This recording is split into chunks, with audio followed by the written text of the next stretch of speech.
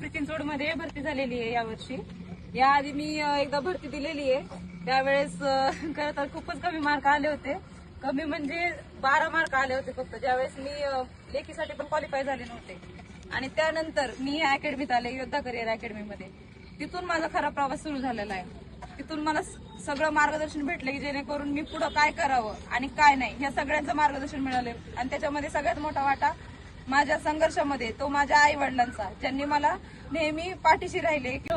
सांगायचं झालं तर आमचे मेजर सर, विलास सर, ज्यांनी प्रत्येक वेळेस मला, ज्या वेळेस मी खचत होते, ज्यावेळेस मला ग्राउंडवर असेल किंवा कुठं पण ज्यावेळेस मी डिमोटिवेट होत होते, त्यावेळेस खऱ्या अर्थाने जेव्हा मोटिवेशनची गरज होती त्यावेळेस सरांचा हात होता की तू करू शकतीस, तू हार मानू नको आणि तुझ्या ज्याने होणार आहे, काही होऊ दे, किती संकट होऊ दे, तू पुढे जातच राहणार आहेस. आणि त्यांच्या आधारामुळे मला खंबीरपणे उभं राहण्याची साथ मिळाली.